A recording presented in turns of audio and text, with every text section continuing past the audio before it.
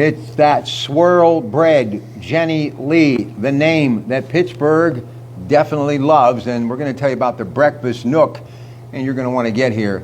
It's absolutely stunning to see that name back on the marquee. Scott Baker, moments away.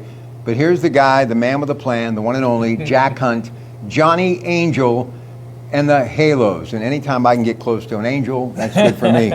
Listen, I want to talk so much about everything that you are, but let's face it, we're in that act number 3, and it's about the future. I was telling you about my daughter, who has an incredible social media platform, Eva. But let me tell you about your beautiful daughter. And John's great too, you jag off. I love him, but she is incredibly talented. Thank you. Talk about her, and how did this whole thing start with them? Rachel was a communications major, and she knows what she's doing as far as communicating with people. Right. She's good with that.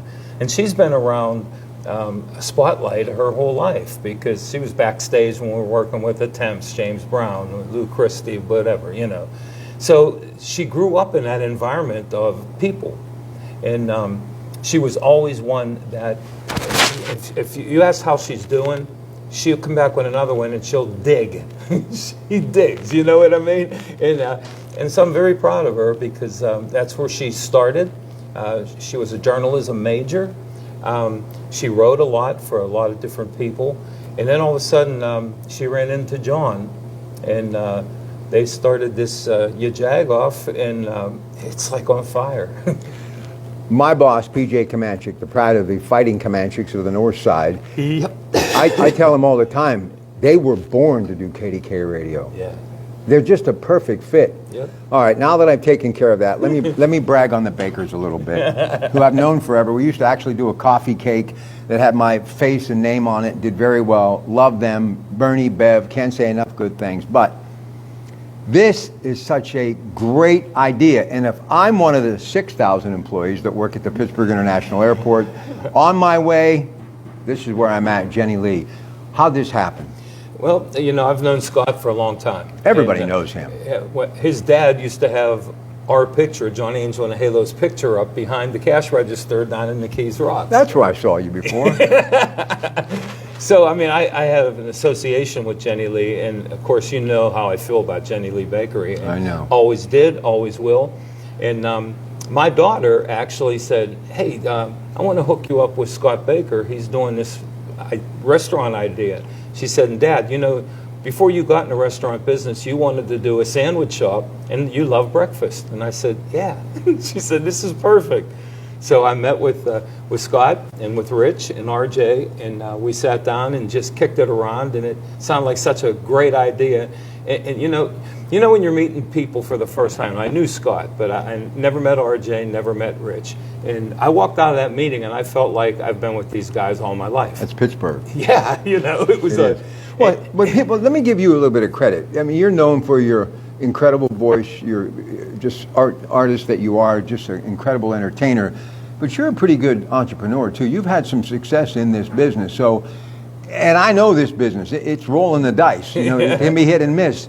So for you to do it again after having all that success at this stage in your life, and obviously dealing with some health issues, and you look great and you're doing better, you had to be all in to win it. You have to really have passion behind the brand. You know, when we sit around, especially now, because we're going to come up with a new product coming up soon that I don't know if I can even talk about it, but I'm going to. I'll make him talk about it. Well, we're going to be doing my old rock and roll eggs, which is so many musicians grew up on this stuff. Because, what is it? Well, you know, I've been a cook all my life, you know. I didn't know that. Oh, yeah. I even I did some culinary, and I trained some young people, second chance young people in culinary skills. You used to cook on stage. Thank you. You did. So what's this? Tell me about this rock and roll eggs. Rock and roll, when we used to get together, any of the musicians, I'd always say, before we go to a gig or early in the morning, I'd say, just come over to my house and I'll make you some breakfast. And I would take eggs, potatoes, onions, and whatever, I like jumbos, so we'd chop up jumbo. And we would make this scrambled egg thing and then melt cheese on the top of it. And after a while, that became a meal for just about every musician I ever worked with, you know? That sounds pretty good. So we're thinking about adding the rock and roll eggs to our menu here. All right, before we get Scott in here and we talk about the brand, and this is hopefully the first of many Jenny Lee breakfast nooks, and even the legend Bernie Baker has showed up, so royalty has arrived. I was having a great discussion with my producer last night on the air. This has been bugging me for a long time. Look, I'm not stuck in the past, okay? I like contemporary music, MTV Awards coming out, Lady Gaga nominated more than anyone else. I try to catch a little MTV every day just to stay in touch. Top 40, always plugged in. But I want people to understand the era that you came out of, and people that I know, and we're going to talk about that group, a different form of it, but they're going to be performing in Aliquippa on Saturday night, the Skyliners. Dear friends. Raw talent. Artists back then were writing breakup songs, but they were performing live. There was no lip syncing, there was no multi-tracking, there was no overdubbing. It was real, it was raw. Maybe they weren't in front of 50,000 people, but they didn't have social media. If you were lucky enough to get to Philly, you got on the bandstand, and then later Don Cornelius on Soul Train. But that record sold by the concerts. Now it's kind of a different scenario because of downloading music as opposed to using the concert to sell music. But I was thinking about just some of the artists that we can connect to. I'm listening to Kelly Clarkson earlier today, singing Unforgettable, off the charts, the Nat King Cole song, that his daughter did later as well. But then I started thinking about Judy Garland. I started thinking about Rosemary Clooney. And I know Taylor Swift. We love Taylor Swift with her Why I'm Missing Roots in Pennsylvania. But please tell this audience, like Janet Vogel-Rapp, God bless her soul, with the Skyliners. Jimmy Beaumont. I worked at Cyril's Top of the Mall, just miles from here. I watched them hit that high note at the end of Since I Don't Have You, literally night after night after night. And it was live. Talk about the raw talent of your era and in Pittsburgh, some of the greatest talent ever. I mean, my neighborhood alone on the north side was the Marcells. Oh, I mean, Blue Moon. Blue Moon, yeah. And as we started working, I started when I was 15. And our first record came out on Steeltown Records, right? Now, you know what's crazy? You talk about the way technology has changed. When we recorded our first record, there were 3 microphones at WRS Motion Picture Studios, and that was it. That was it. And you either did it again if you make a mistake, or you leave it in. I mean, it's just the way it was, you know. But the raw talent you were talking about, you got the Vogues, you got the Skyliners, you got the Jaggers, I mean, the list goes on. I mean, and then keep it going. I mean, how about, you remember Spotsy? Spotsy is still in Florida killing him. I mean, he's like amazing, you know? And how about Pete Hewlett? I mean, Pete, he might be my favorite in all the world. I love Pete Hewlett. Well, here we're going to talk about someone who you mentioned earlier, and I'm so glad you did because it made the brain neurons fire. Lou Christie's from right around here, where we are right now at this Jenny Lee Breakfast Nook. Recently passed away, interviewed him years ago, know his brother Pete Sacco real well. So I'm driving when I found out that I was going to come here with you two, and Lou Christie comes on. And I'm like, this is my show, I can do whatever I want. I went, holy hell, this guy can sing. Oh my God, he was a kid when he recorded Lightning Strike. I mean, where did that talent come from? He was Luigi and the Lions. I mean, that's what he was called back then, right? But I've sung with Lou many times. In fact, one of the last recordings we did together was a song called The Soldier. And it was written by Greg Scharf here in Pittsburgh, and Jimmy Beaumont's on it, Donnie Aris, Joe Grishecki, Johnny Angel, and it just goes on, right? And we went, and he said, I want you to do this song. It was one of the last things we did. But before that, I sang background with Lou so many times. I mean, Lou is just a dear old friend. He's very modest, but this man can bring it. You know, you're so much of a promoter and promoting others that I think sometimes people, and they've seen you at festivals and events, and you're good and you're great, but you're always helping others, where a lot of people sometimes forget how talented you are. So how long have you been performing? When did that start? So how old? It's only 58 years. I mean, it's like... Who pushed you on stage? Who made you do that? Or I started at 5. I was... When I was 5 years old, I was singing in church in the junior choir. First song I ever sang solo was Jesus Loves Me. He surely does. And that's right. And it's the reason I'm here. I know. And then it was the Street Corner. And my parents never pushed me into music. They were not, I mean, they love music, but they always thought you got to get a real job. You know, it was one of those kind of things. I get it.